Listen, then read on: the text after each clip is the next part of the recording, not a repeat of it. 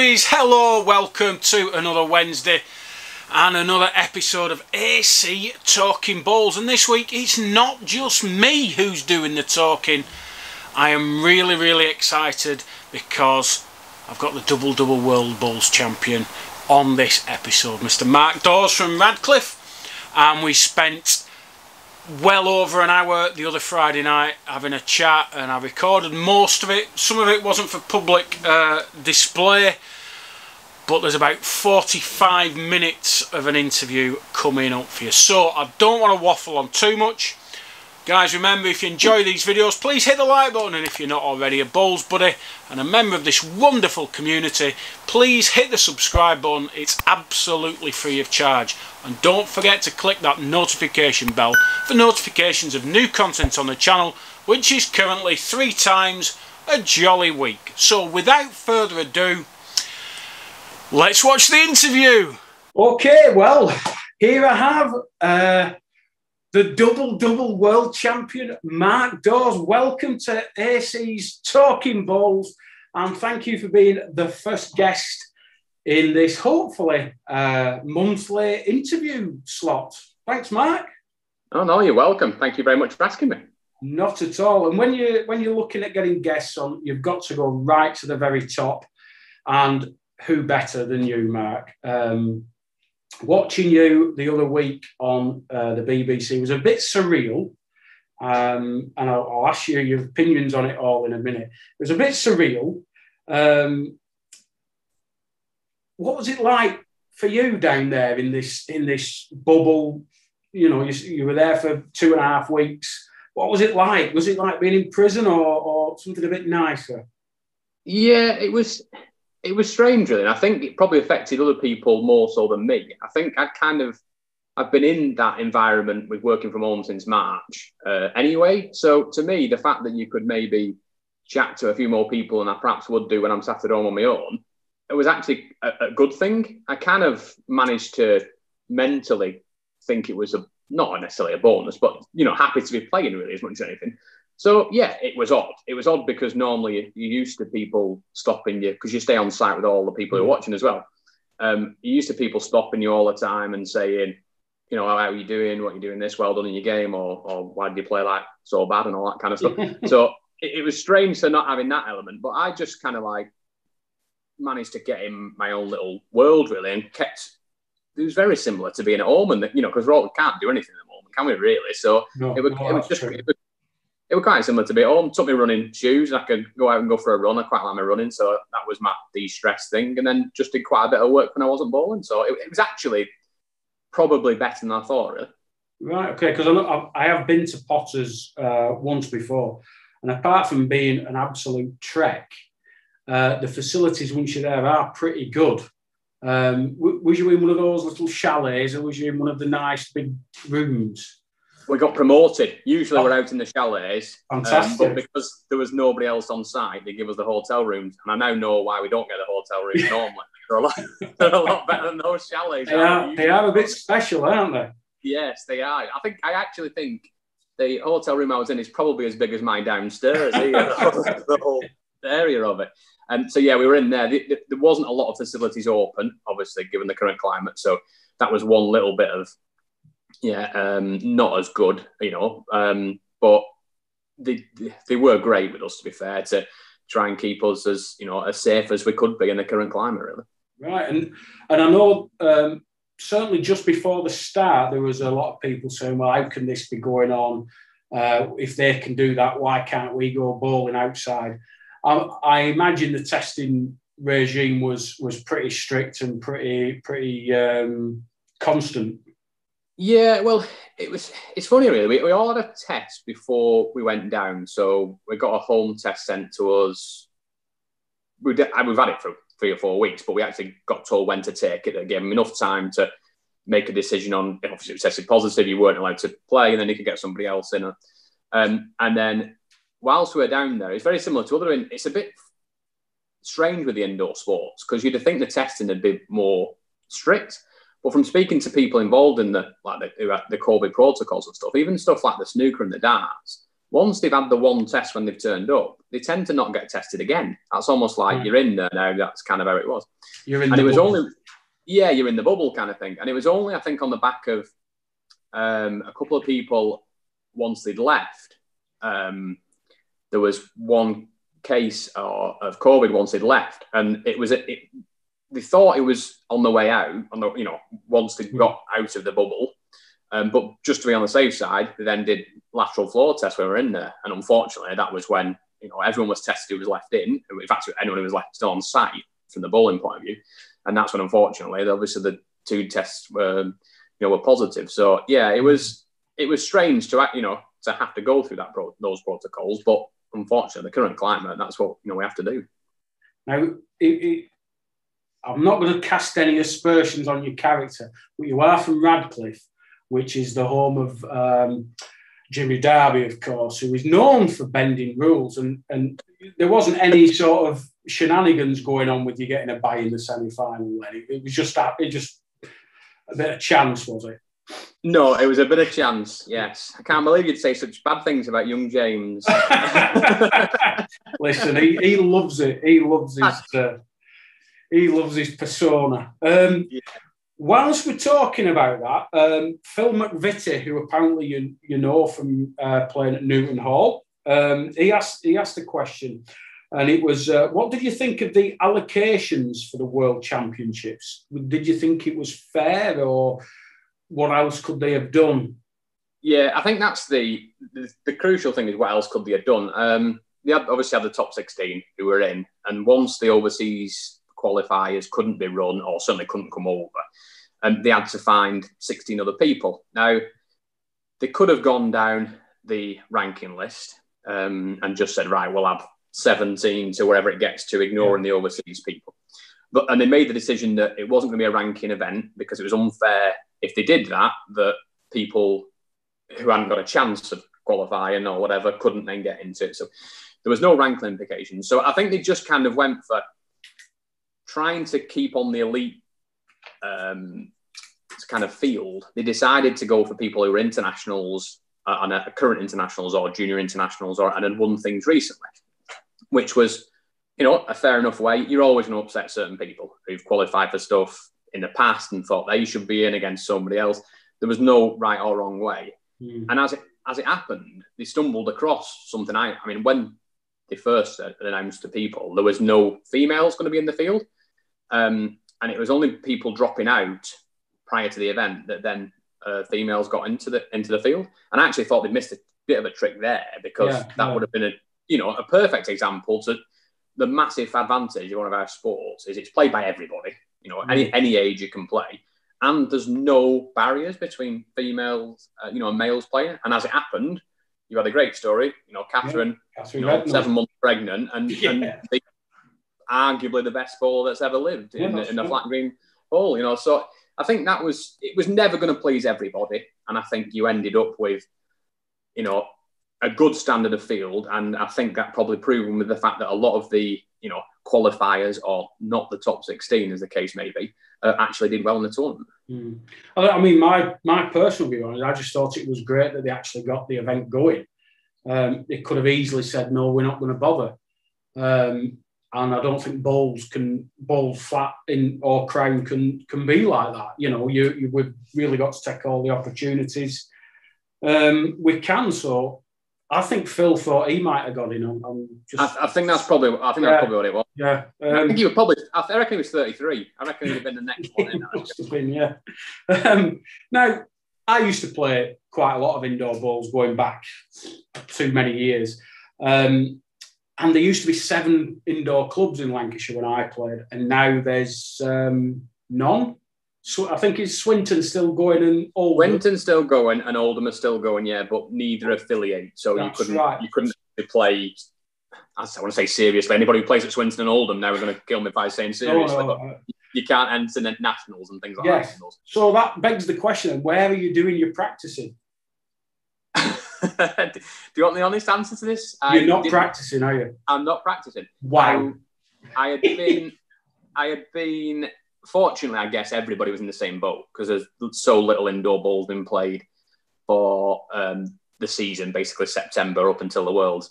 I'd been twice. I drove to Bromsgrove, a nice 100-mile trip to Bromsgrove. Twice. Thought they were great with me, to be fair, because obviously with the lockdown restrictions, we were allowed to travel. Right.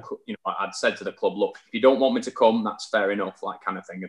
They were great. They let me go. So yeah, I've been twice. That was the practice, and then obviously practiced a bit when I got down to supporters. So if only I could have been that good. I can't believe. I mean, I last played for Lancashire in 2000 when we won the Liberty Trophy. Right. And then following year, I didn't bother because of family reasons.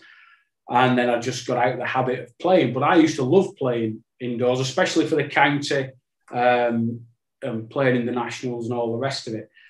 And even in 2000, I thought, well, Lancashire indoor bowls is pretty strong. We're doing well. And to sit here, 12 years later, is it? No, 20 years later, and there's no affiliated bowls clubs in Lancashire is just incredible. And when I found out that Newton Hall was going, which it was heaving all the time, I honestly can't get my head around it. And which leads me on to another question. You'd think I've thrown this together, but Barry Axon, again a Newton Hall, ex-Newton Hall bowler. He said he played there last year.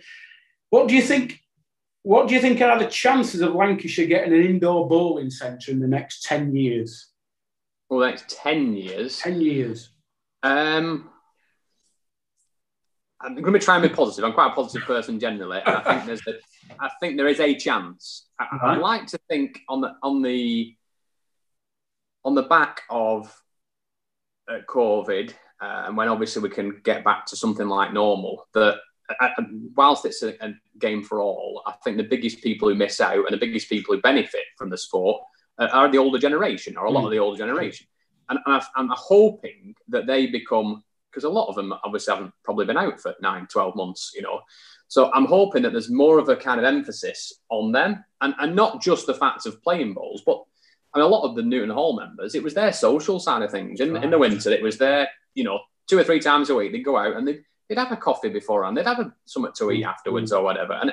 And it's that side that's missing. And I'm hoping, I don't know if I'm being optimistic here, but I'm hoping that stuff like sports or activities for that generation who have suffered as much as anybody in this pandemic, that there's something done about it. And the fact that there's no club, you couldn't play competitively. I think it goes from, I'm probably not quite right bang in the middle, but if you lived in Blackpool, the nearest club that you could play at is Carlisle, which is probably 80 miles, best part of 80 miles. Yeah. And then the other way is Leeds, which is even further. So it's a massive area where there's nothing, absolutely nothing for people where you had a membership of, say, 400 at Newton Hall.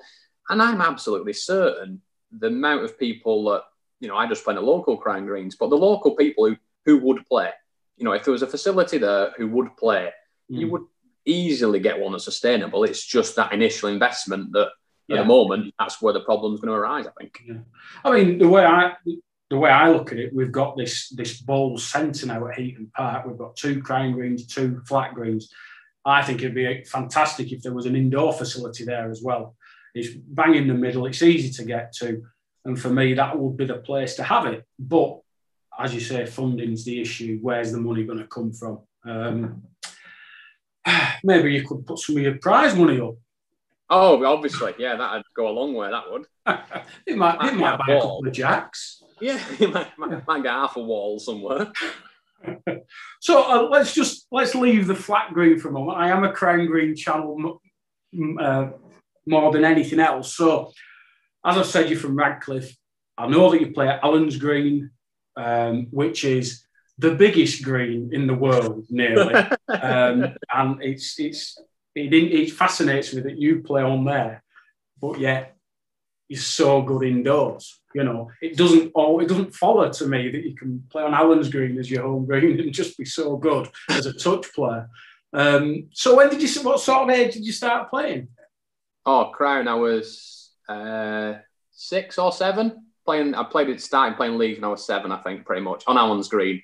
Parents, grandparents played. So yeah, started on there, and it was actually, stupidly enough, it was from, I never actually played flat till I was 16.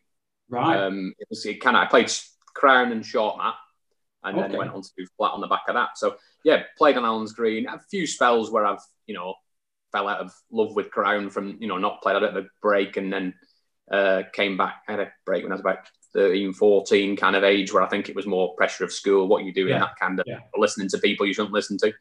But I've on and off always played on there. I played on there, and I played on Black Lane as well. Another big green. My grandpa used to run a team on Black Lane, so I used to play on there. And yeah, completely alien to me. I wouldn't say the green suits me, Allen's Green, but I've played there all my life. So my stepdad still, he's in greenkeeper, he's in charge, that kind of thing of the place, and family have always been involved in there. So yeah, for the amount I play, I ain't going to move on anywhere. So no, right. So you said you played short mat, and then you made this momentous change to flat green at the age of 16. So was that just because you were playing short mat? You thought, give it a go. It's his friends playing short mat who decided on a Saturday night, 16-year-old kid on a Saturday night, they go to a scramble. So basically turn up and have a bit of a roll up with another 20 people or whatever it was. Yeah. Took me down, went there a few times, and a couple of people kind of said, oh, well, you can enter a league, you can play it. This is at Swinton, so you can enter a league. All right, okay. So we all entered a league, and then you fortunately played against a couple of people who were the better ones in the club at the time, who kind of went, I was young, so straight away that is alarm bells ringing, and also I was not too bad at the time, that kind of thing. So it was like, and just got into stuff from there, really. Got into playing the club stuff at Swinton, and then playing nationals with a couple of people at Swinton, who eventually then decided to move up to New and All. And then they've not played. One plays in York now, and one doesn't play at all. And I just carried on. I was up at Newton Hall 15 years on the back of that. So. Right, okay. And what was it about the indoor game that really, really sort of grabbed you as opposed to crown? I mean, I know myself, I love playing indoor, but I couldn't make it my main game. It wasn't. I preferred playing outdoors on crown, but I still enjoyed playing flat. Whereas with you, obviously, it's by far the other way around. And for you, what is it? What's the big attraction, I guess? I think obviously starting to have a little bit of success, and if you're doing something well, even when I played crown before, I played to an okay level locally, but never really took it seriously. So I suppose, starting to do well helped. And probably more of the tactics side of things, where crown is, I'm not saying it's not tactical, but it's 2 balls at the end of the day. Yeah. And once you've got your 2 balls, it's quite, that's it. There's not a lot of tactical play other than jack length and all that kind of stuff. Whereas in the flat, you can be thinking you've dominated the game, and then next minute you suddenly look around and you're 4 down because there's 3 balls that you. And I think that's the side where I kind of got into that side of things, starting to play a little bit more, and was playing well because I was playing 2 and 3 times a week. And I think it was that side of things that really kind of like challenged me almost to think, learning from other people who are better players and thinking, right, well, what would I do in that situation? What would I do? And then that just got an interest in me. And then, like I say, results started to be quite decent as well. So then it just that kind of stuck from there, really.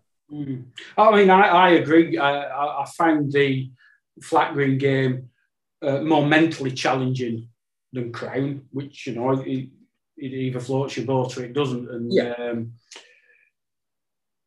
the only side of the flat green game I really didn't like, which unfortunately is all that you play at county level, is fours.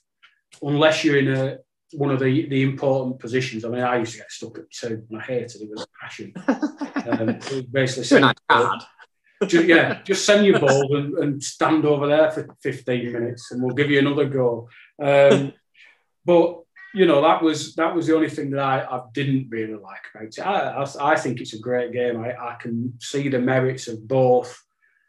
but I always sort of end up going back to crime just because I think it's my first love more than anything. And like you say, it's the game I've had more success at. I've had some success at flat, and obviously nowhere in your grade. You know, Lancashire champion doesn't touch world champion. But, well, I don't know. Does it? No, it doesn't. It's almost an important Lancashire champion. Yeah, exactly. But, you know, I just think it's great that, you know, you're the double world champion, your roots in Crying Green Bowls.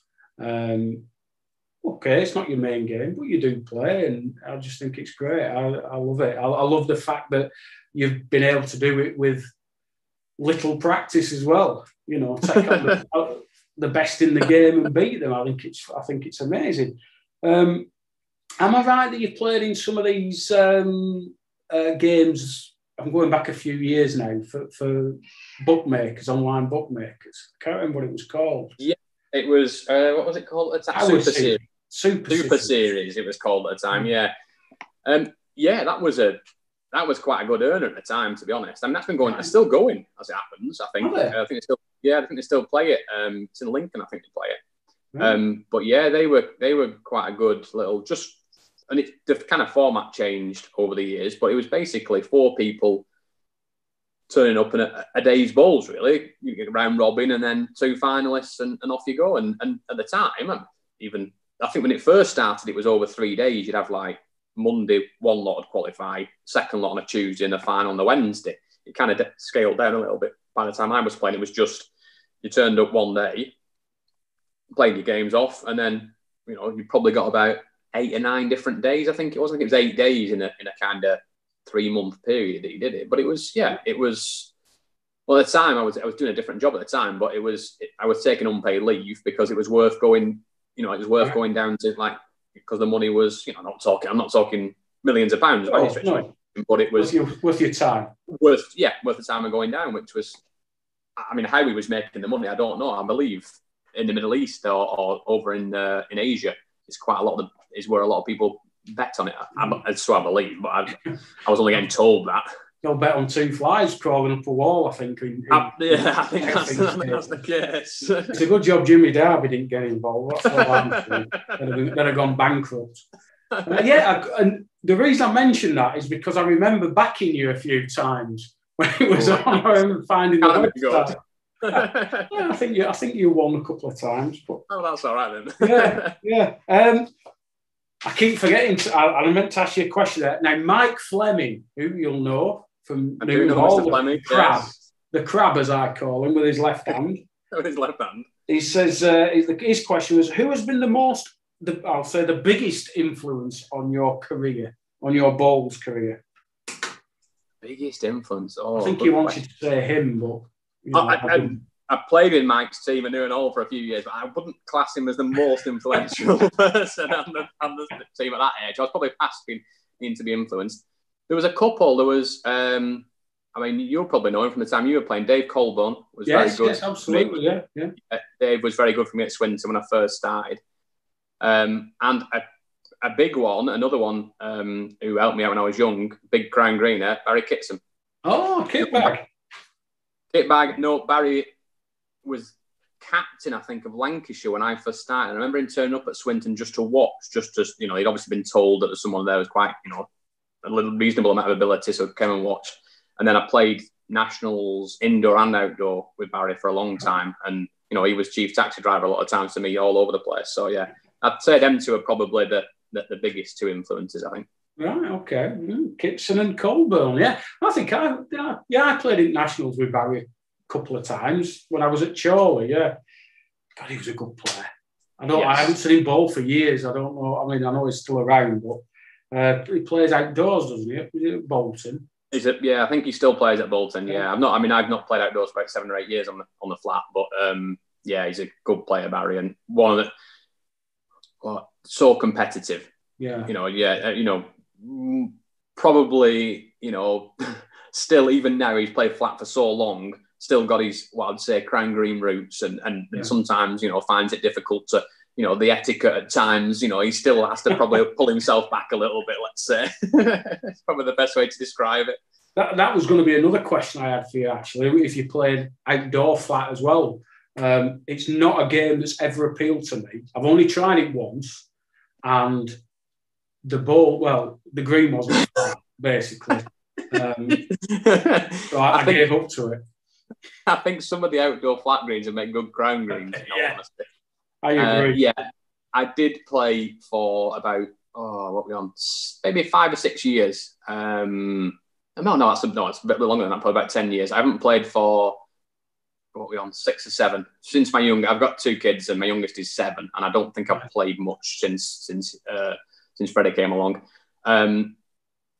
because mainly for the 2 reasons. It was a choice of a lot of commitment all year round, so it was one or the other really. Got to that point, and I preferred my indoor, even though there's a lot more travelling indoors for me from where I live. I just enjoyed it so much more because you could, guarantee the green was going to be reasonably decent. You weren't going to play on a green where balls were going in different directions, and grass were like 3 inches long and all that kind of stuff. So yeah, it was, and I think in a lot of ways I still play Crown outdoors, and that's almost I wind all my flat green friends up. I say, I just take this game for a bit of a laugh. This flat, I enjoy my Crown in the summer too much more, and obviously, as you can imagine, that goes down well. But I think it's just, I quite like the mix where in the winter it's my serious bowling, where that's where it's, and obviously the general etiquette on the flat is you can't waft balls through gaps and just wick off that. Oh no, you can't. In the summer you can, and obviously in the banter that is on the Crown is what I tell people can't believe. I said even your local leagues. I've come off games and played all right, won. And my own teammates have come on and said, "You didn't play very well, though, did you?" "Oh, thanks very much." Like kind of, and people can't comprehend it when you tell them. No. But that's why I enjoy it, because it's just I can enjoy it. Go play 15, 20 games a year. No great pressure, no great expectations, but you have that banter, which you can't explain to people on the flat who are a lot more straight laced in a lot of ways. I can just imagine some of these old guys' faces when you turn up in the Radcliffe Workshop League and they're going, "Right, Stan, you're playing the World Bowls Champion tonight." They must wonder what they've done wrong that day. It's really funny though, because after I went the first time in 2018, there was obviously really nice. I'd met people who'd watched it and were congratulating me during the Crown Green season afterwards. But I'd say I'm kind of average at best. I'm decent in the local leagues that we play, and I'd be reasonable at that, but no better than that. And I'm playing against people who are wary of me, and I'm like, "You've played against me for the last 10 years. I'm not changed." And they're going, "Oh, you're world champion." World champion. It's a completely different game. And I was honestly getting, I reckon I got about 5 or 6 chalks up off people.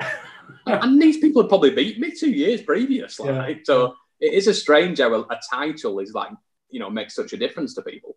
Well, funnily enough, Mitch Toth got in touch with me and he said, he's just an average league bowler. That's I'll say that's a compliment. That. World champion, fantastic. I've not a lot else to ask you here, so I'm just going to concentrate on the questions that the Bowls buddies have sent in. Okay. And some of these are quite serious. So okay, all right. Give me serious then. I'm not saying this is, but I'm just saying. Phil Ellett has asked the following. Seeing as Bowls England have announced the cancellation of the British Isles competitions, how do you think that will affect you? And should all national governing bodies follow suit and cancel everything? As I don't play outdoors, it doesn't affect me. It doesn't bother you, So I'm like, I'm not bothered. Obviously, that's not quite right, but I wouldn't follow suit yet with the governing bodies. Although, given the start of nationals outdoors for most will be around about May time on the flat, I think it'd be difficult to get them in. I'll be honest, because certainly for the national finals for men and women are played at the same place at Leamington in August. Can I see a big event where 200, 300, 400 people are all in and milling around in that kind of environment? I'm not sure I can at the moment, but who knows what's happening with the world, with the vaccinations, etc. We're going to be at that time. So I wouldn't necessarily need to cancel it, but it wouldn't surprise me if they got to a point where they thought, no, we can't run them this year. But I think I wouldn't cancel them now because it's giving people optimism to get out there and do things. And I think, if you start taking that away from people now, then it just leads to a spiral and of people getting stuck in a rut of thinking, well, I've got nothing to do until September, like kind of thing. Yeah. I agree entirely with you there. I know the start of this week, the British Crown Green announced that they cancelled the British Team Championships, which normally start the end of March. And I think they're going to roll back and just say that it's being postponed and they might play it at the end of the season. And I've seen a lot of clubs advertising competitions, and I know there's a lot of leagues planning to start at the end of May. And there is an air of optimism with that. I think the more cancellation signs you see, the worse it's going to get. As long as there's something, with, as you say, to look forward to. We're sadly lacking that at the minute. And I think that's what a lot of people need, to be honest. And I think you've got, what's the worst that can happen? You move them back a year, if it's a competition, or you try and fit half a league season in. I think sometimes you've got to think, and the bowls isn't the only sport, because obviously I know it's happening with football leagues and all sorts around the thing at the moment, but think outside the box. For this, if you can only get 3 months of a season in, well, what can we do in 3 months, like kind of thing? We have half a season. At least then you're getting the people back into the sport, because I think a lot of people will be wary about getting back out and about for the first couple of months. So if they can get at least what they feel is a league season or something competitive, it might get them people back out and about, I guess. Yeah. No, that's a good, fair comment, Matt. Dale Kenyon has asked you quite a few questions, but I'm going to just put 2 to you. Is Flat Green suffering from reduced numbers like Crown Green Bowls? And if so, what would you do to promote the game to youngsters? Yes, I think, and like a lot of sports, it's very similar. I think Flat Green probably does mirror Crown quite a bit in the reduced numbers. I'd say it's very similar. As for promoting it to youngsters, it's a difficult one. I think my biggest thing about bowls, whether it be flat or crown, to be honest, is getting people on the green. Because we've all been there. A lot of people got brought into it because of parents, grandparents, etc. Once you get people on the green, that's the key, because they'll get the bug. People will get the bug. We all got there, and it wasn't. My parents, still play a little bit, but don't play flat, and they never played flat. But it's getting the people in there to get the bug. So whether it's open days, I know there's a lot of success on the flat for open days and stuff. And I think it's not too much concentrating on a particular age group. There was a big thing about we'll go for youngsters, real youngsters. And now I actually think it's a different catchment age that I would personally go for. And that would be kind of mid-30s to mid-40s, where they might have played a previous sport, football, cricket, not so much golf, but sports where, and have that competitive edge, but are probably thinking, right, my knee's not so good or whatever it may be. I still want that competitive edge. Get them on the green. I've seen a lot of Newton Hall who've maybe not played or played other sports or got to that age bracket where they knew they could still be competitive. You've still got, as we all know, we could play for another 20, 30 years. So that's an age bracket that I think you could really get a lot of new bowlers in. And if you get that age bracket in, then there's a fair chance a lot of them might have kids already. And kids come along and you bring them along again. And you don't necessarily limit yourself to saying, right, we need to get kids in. Because if you actually get their parents in, or their grandparents, that's where you can then kind of, it snowballs from that, really. It's not easy. It's all right in theory, but... I think you've been watching some of my old videos, because that's exactly my view. I'm not 100% convinced youth is the answer unless they bring the parents with them. Because bowling clubs need people spending money as well, and kids don't have money, really. But I'm a big fan of member and guest events and open days where you just take somebody along who hasn't played. And I know on the outdoor scene, flat green, especially in London, they have these, you don't wear shoes, you just go down after work and play and get drunk. Bare football, that sounds great to me. I know. That sounds wonderful. I can't imagine doing that on Allen's Green, but you could. No. There's nothing stopping you. It's a long walk. Yeah. But I'm in total agreement there. I think we need. It's a multi-age approach, I think, and I'm with you. The mid-30s upwards, I think we're crying out for them, really. But yeah, it's not an easy solution. Definitely not. We've got to compete with a lot of things, haven't we? Right, another question for you, Gary Nicholson. Is there any gamesmanship going on in indoor bowls? You know, like the old Jimmy Darby, just move the mat 18 inches to the side to avoid that bobby. You know, is there any? Obviously, you can't get away with that, but is there much gamesmanship, or is it all nice, friendly? I wouldn't say it's all nice, friendly. Particularly international series can get a bit spicy, let's say, because the England-Scotland games, whilst it's quite loud, it's quite a vocal atmosphere, let's say.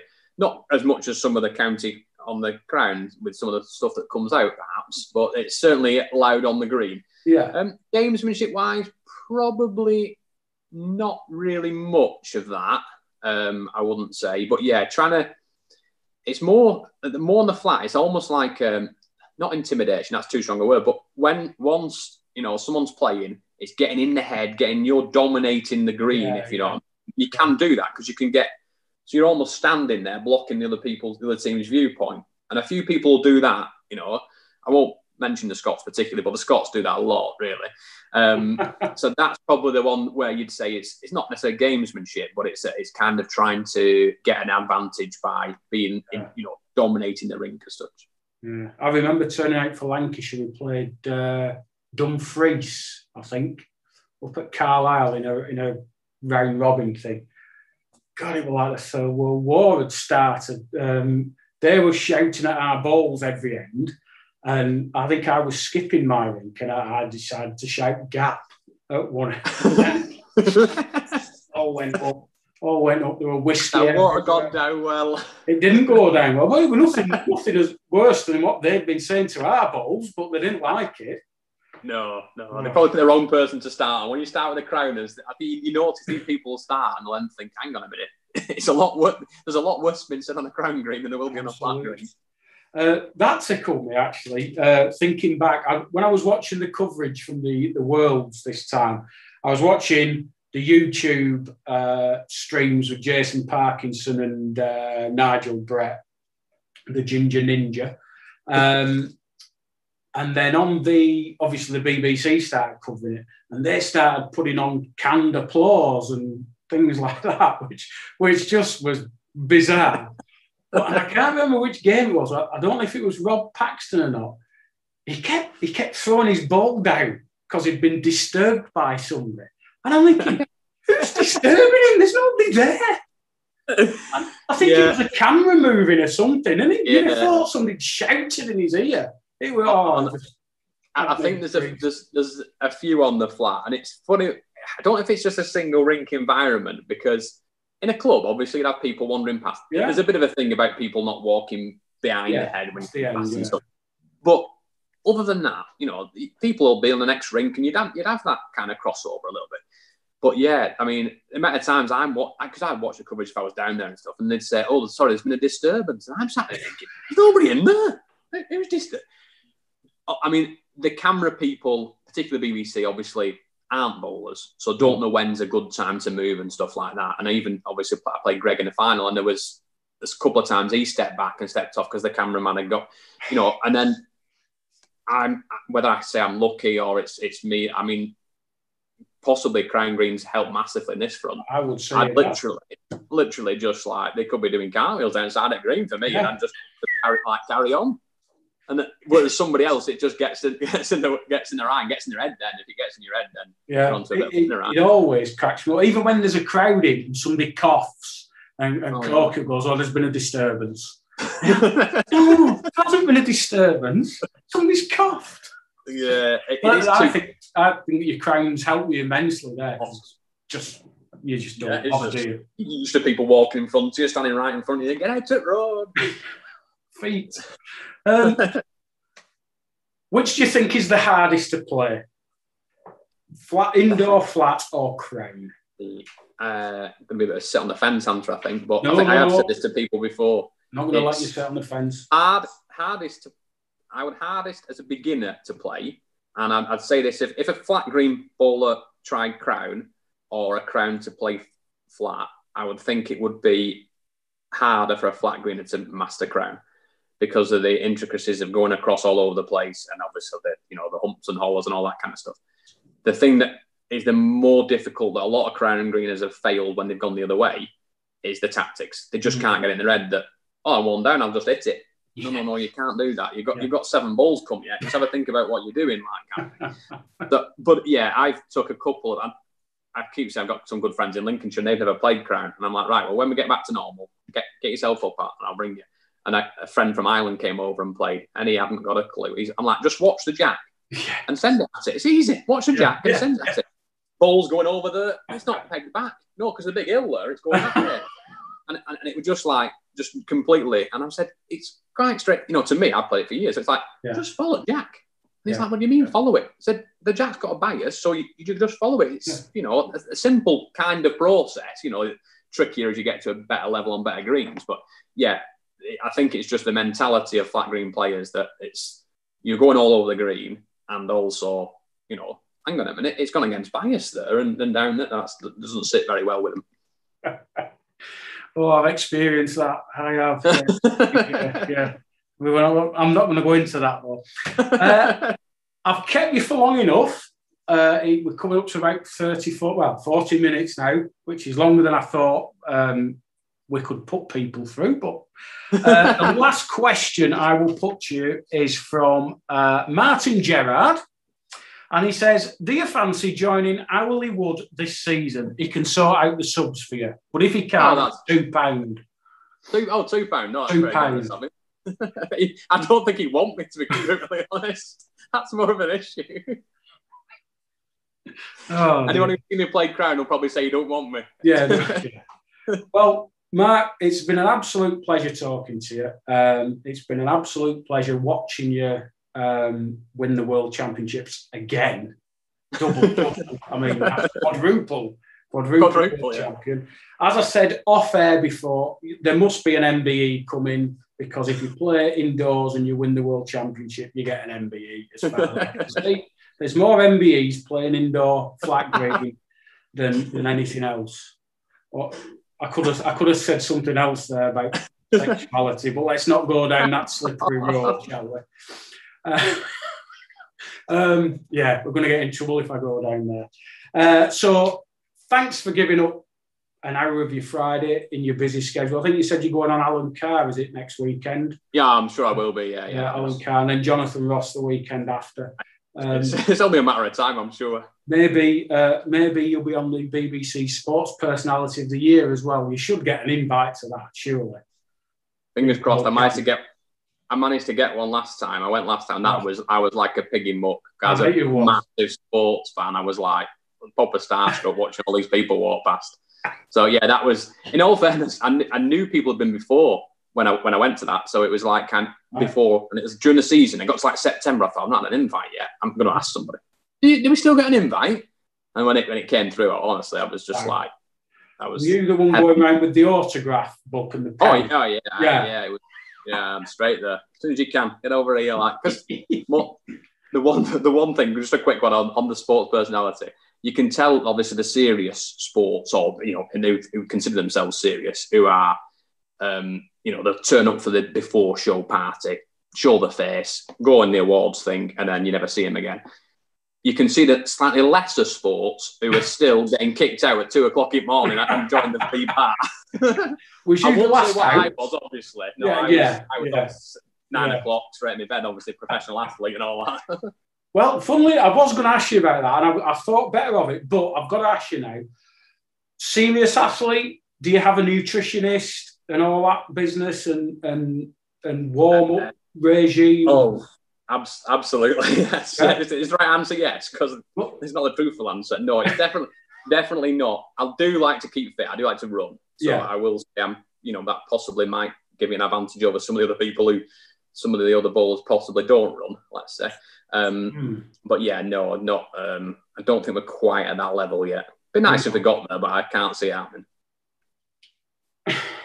I was going to say something else. I really must watch what I'm thinking. I was thinking back to the Alex Marshall MBE Catherine Redknapp game and what I said to my mum about it, but we won't go there. I'm sure you can think what I... Anyway, Mark, like I say, thank you so much indeed. It's been an absolute pleasure talking to you, and let's hope we get back to doing what we do best and playing bowls again soon. And best of luck with the indoor season when it starts. Thanks, Mark. Well, there you go. I really, really hope you enjoyed that. It was so much fun. I wasn't not looking forward to, that's the wrong word. I was really nervous about it initially, but I think it went really well. Mark's a lovely bloke, obviously top player. I can't speak highly enough of him, to be honest. So friend of the channel, which is good. I've got the plans, well, I'm planning to maybe do one of those a month. I've got a few ideas of people who I would like to have on, and they're not always the obvious people, you know. It'd be great to have a world champion on every episode, but I don't think that's going to happen. But if there's anyone who you really, really would like to see, or any ideas of people who even might be interested in coming on themselves and having a chat with me for half an hour, 40 minutes, something like that, please put yourself forward. Leave a message in the comments, get in touch with me on email or on Facebook. And if you've enjoyed that, please hit that like button. I can't tell you just how much it helps the channel.